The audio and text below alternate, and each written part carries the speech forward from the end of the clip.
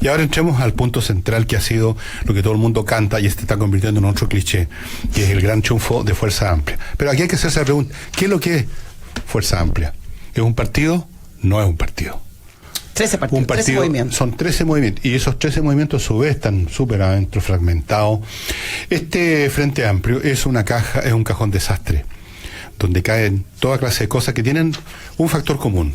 Es un movimiento generacional, es un movimiento básicamente juvenil, es un movimiento de estudiantes, de escolares, de estudiantes universitarios o profesionales recién egresados, gente joven en general. Hay algunas personas, por supuesto, mayores, pero estoy hablando de lo que se llama el modo en estadística, o el promedio, que es otro concepto. Es un partido generacional, es un elemento común de todos estos movimientos. Es un partido que se califica a sí mismo un movimiento progresista, pero eso es tan vago y tan amplio que tampoco define nada. Y como les digo, tiene 14 o 15 movimientos adentro. Por lo tanto, ¿quién venció? ¿Quién venció? Por ejemplo, la propia Beatriz Sánchez, que salió ayer casi en estado de euforia con su triunfo, no venció, se va para la casa ahora. O sea, no sé qué va a hacer de su vida en el futuro. Le deseo lo mejor. Pero la victoria está en a dónde vuelve, pero vean, están las expectativas, quizás. Curioso si uno empieza a analizar en qué consiste esta victoria, que la primera pregunta es: ¿la victoria de quién y la victoria de qué? ¿Cuál de todas estas cosas que hay dentro de ese cajón desastre es la que va a predominar, por ejemplo, cuando llegue el momento de los que hubo de hacer votaciones en el Congreso? Porque una cosa es estar unidos alrededor de una elección, porque todos quieren ganar, eso no hay ni una discusión. Todos están unidos además alrededor de algunas frases cliché: el progresismo, no hay que retroceder. No cuesta nada unirse a eso.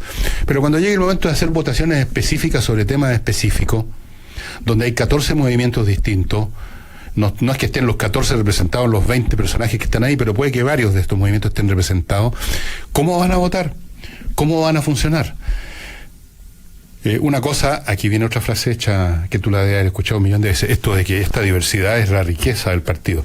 Sí, pero hay algunas riquezas, como la de Creso, por ejemplo, que se murió de hambre porque todo lo que tocaba se convertía en oro. Algunas riquezas que son letales.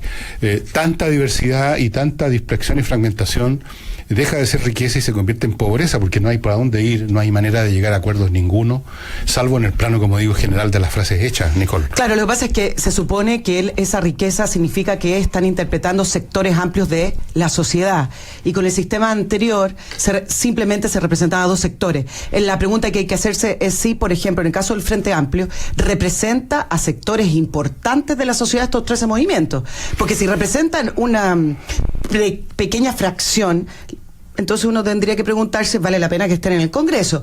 Esas son las preguntas que hay que hacerse. Ahora, el Frente Amplio, tú hablas de la victoria. Bueno, sí la tiene, porque en el fondo aumentó a 20 diputados, que es muchísimo, sí, pero y a un senador. ¿La victoria de quién? Y fíjense una cosa, las votaciones, eso va a ser el punto central. Y otra cosa más, en la democracia no basta con ser representativo de algo. Ok, me eligen a mí, yo soy representativo de mi familia, de mis perritos y de unos amigos. Eligen a la Nicole, es representativa de su familia, de sus cosas, de su comunidad, lo que sea. Eligen a Alberto, que está acá al otro lado del vídeo. Pero no basta con eso. Viene la segunda pata. ¿Qué hacemos con esa representatividad cuando llega el momento de tomar decisiones, cuando llega el momento de elegir entre opciones?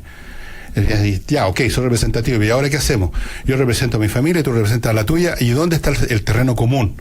Entonces, un gobierno es gestión, y la política es gestión, o sea, llegar a acuerdos, llegar a ciertas conclusiones y tomar las medidas en la forma de legislaciones o iniciativas administrativas del Estado, y en eso consiste un gobierno. No basta con que digas: estamos representando hasta el último chileno, porque aquí hay de todo. Están representados los esquimales, perdón, no hay esquimales en Chile, los pingüinos, están representados los nortinos, los sureños, los jóvenes, los viejos, izquierda, derecha. Estupendo, maravilloso, nos podemos mirar al espejo en el Congreso. Pero no basta mirarse al espejo, hay que salir cascando al baño, hay que ir a alguna parte, hay que hacer alguna cosa. Entonces, de ahí que yo estoy sospechando, a pesar de que todavía no transcurrió los 200 años que pedía Chuen Lai o más, yo estoy sospechando que lo que viene, ya mirando más allá de estas elecciones, en este país es un estado muy parecido a la parálisis, porque si gana Piñera, se va a encontrar no solo con una oposición feroz, que está además enquistada en el aparato del Estado de una manera brutal, como nunca antes se había visto, y si gana Guillé, se va a encontrar en primer lugar con un Congreso que está empatado, Esa es una cosa que te podemos examinar al tiro, y se va a encontrar con que en ese Congreso además hay fracciones que dentro de la propia izquierda que piensan distinto, y uno se pregunta ¿para dónde va a ir el país en esta situación en que no hay acuerdos dentro, ni entre los dos bandos, derecha y izquierda para simplificar, ni dentro de esos bandos, especialmente la izquierda? La derecha yo creo que es más coherente, ellos saben lo que quieren y lo que no quieren. La izquierda sabe lo que no quiere, pero no sabe lo que quiere. Entonces, por cualquiera de los dos lados, yo veo un periodo difícil.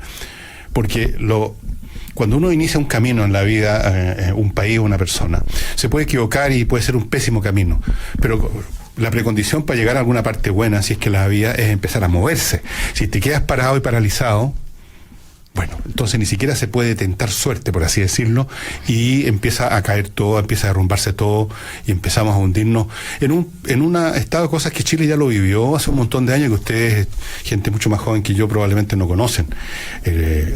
Hubo periodos en Chile en que precisamente sucedió eso, que no había ninguna dirección, no había ninguna capacidad de ir a algún lado, bueno o malo, sino que estaba todo paralizado, claro, como esos peleadores de cachacascán que se agarran y no se pueden soltar y no se pueden ir a ninguna parte. Y eso ya lo hemos vivido y sabemos que conduce a ninguna parte. Lo que ocurre con el Parlamento, tú mencionabas la elección parlamentaria, creo que históricamente a Chile Vamos le fue muy bien, fue exitoso, va a tener una gran participación en el Parlamento. Creo que los números como nunca antes los favorecieron para este nuevo Parlamento. Y el punto es el siguiente: en un sistema presidencialista como el que tenemos, cuando tú tienes un parlamento tan fraccionado, al final de cuentas, para poder avanzar hacia donde se determina avanzar, digamos, depende de la negociación que hace el Ejecutivo. Y ahí está el muñequeo que hace el Ejecutivo de poder llevar adelante los proyectos, porque el Parlamento, tal cual está, por mucha representación que tenga, no tiene mucho poder tampoco. No se ha cambiado el sistema en Chile, por lo tanto, solo queda remitido a las mociones parlamentarias que se presentan y con los tiempos parlamentarios que al igual los sigue determinando el Ejecutivo. Que es distinto cuando hay un sistema parlamentario que los obliga a ponerse de acuerdo a ellos y avanzar. Acá tiene que ver donde la cabeza, que es el Ejecutivo, va a tener que negociar con este Parlamento fraccionado, es decir, depende del gobierno de turno. Entonces, acá es donde se nos produce, no es el cambio en sí mismo el problema, sino que me pregunto cómo es que se pensó este cambio, cuando no se ha remodelado el presidencialismo exacerbado que tenemos en nuestro país. Ese presidencialismo exacerbado, como lo llaman, yo no sé hasta qué punto es tan exacerbado y hasta qué punto es bueno o malo. Eso habría que examinarlo en vez de aceptar que vamos como dogma, que hay demasiado presidencialismo. Pero hay un presidencialismo muy aferrado. No lo digo por ti, Nicole, sino que porque lo he escuchado mucho, que hay mucho presidencialismo. Bueno, hubo una razón en el año 25 cuando finalmente Arturo Alessandri, apoyado por los militares en esa época, logró imponer pero eso sí, votándose con una comisión y un montón de cosas que hubo. Hay que recordar un poco la historia de Chile. Se impuso la Constitución del 25, donde se acabó el régimen parlamentario, se lo liquidó y viene el presidente, se dieron atribuciones. Pero si ustedes quieren tener una idea de lo que yo creo que viene en el futuro, con cualquiera de los dos elegidos, ya vamos a hablar de eso, piensen en este gobierno. Parte de los problemas que ha tenido el país en los últimos años tienen que ver con malas iniciativas, pero parte importante, y ya hemos tenido, por así decirlo, un ensayo general, ha sido cierta parálisis. Este gobierno también ha tenido problemas de avanzar en sus propios proyectos por diferencias dentro de su propia coalición, más las diferencias, digamos, aparte de la acción de la oposición, obviamente. Si ustedes vean varios proyectos, cómo funcionan a medio morir saltando, y algunos no han avanzado en ninguna parte, prácticamente, como la reforma constitucional, que era tan importante para ellos. Entonces, si ustedes quieren saber en qué consiste la parálisis de un país, piensen en más o menos lo que tenemos ahora y multipliquen eso, elévanlo al cuadrado. Yo te voy a dar un ejemplo específico cuál es la parálisis cuando se producen este tipo de cosas. Por ejemplo, la reforma laboral. No por estar en acuerdo o desacuerdo de la lógica que había en la reforma laboral, pero finalmente no se pusieron de acuerdo y el Ejecutivo no logró alinear a todos sus partidos políticos. ¿Qué hicieron? Aprobaron el proyecto y se adelantó que con esta reforma laboral, que quedó bastante en el aire, ¿qué es lo que significa, por ejemplo, los servicios mínimos? ¿Qué significa, por ejemplo, el reemplazo en huelga? Se fue a la justicia. Ha estado invisibilizado en el último tiempo debido a la campaña electoral. Pero si ustedes hacen un resumen de la cantidad de empresas que han tenido que ir a la justicia para poder definir los servicios mínimos, han sido más de 10 en el último tiempo. Y el punto es que en algunos tribunales se han declarado incompetentes para poder definir cuáles son los servicios mínimos y se le voy a hablar bien coloquialmente, se le tiró la pelota a la Dirección del Trabajo y la Dirección del Trabajo a los tribunales. Eso es parálisis. Ahí tienen un ejemplo y ahora multiplíquenlo eso por sí mismo, o sea, levenlo al cuadrado y si quieren levenlo al cubo. Ahora, dos observaciones que voy a hacer de inmediato. Obviamente que esto que estamos diciendo ahora es demasiado pronto, no han pasado los 200 años y pueden ocurrir toda clase de cosas entre medio, pueden llegar los extraterrestres, pueden pasar. La alquimia en política hace siempre, la alquimia transforma las cosas de forma incalculable, así que puede pasar cualquier cosa, pero uno tiene que avanzar algún tipo de análisis en cuanto a lo que es más probable. Yo creo que lo más probable es que vaya a pasar eso. Parálisis significa además que en un momento dado ni siquiera saben, por ejemplo, los inversionistas, si hay que esperar otro poco más o hay que irse. Hay que seguir, hay que invertir un poquito o mucho o nada, que es un poco lo que vemos ahora también. Entonces, es un problema avanzar cuando no está claro cuál es el final del camino.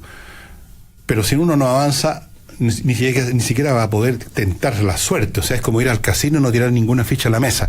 Y nos quedamos paralizados, eso les aseguro que es recontra malo para el país. Ahora,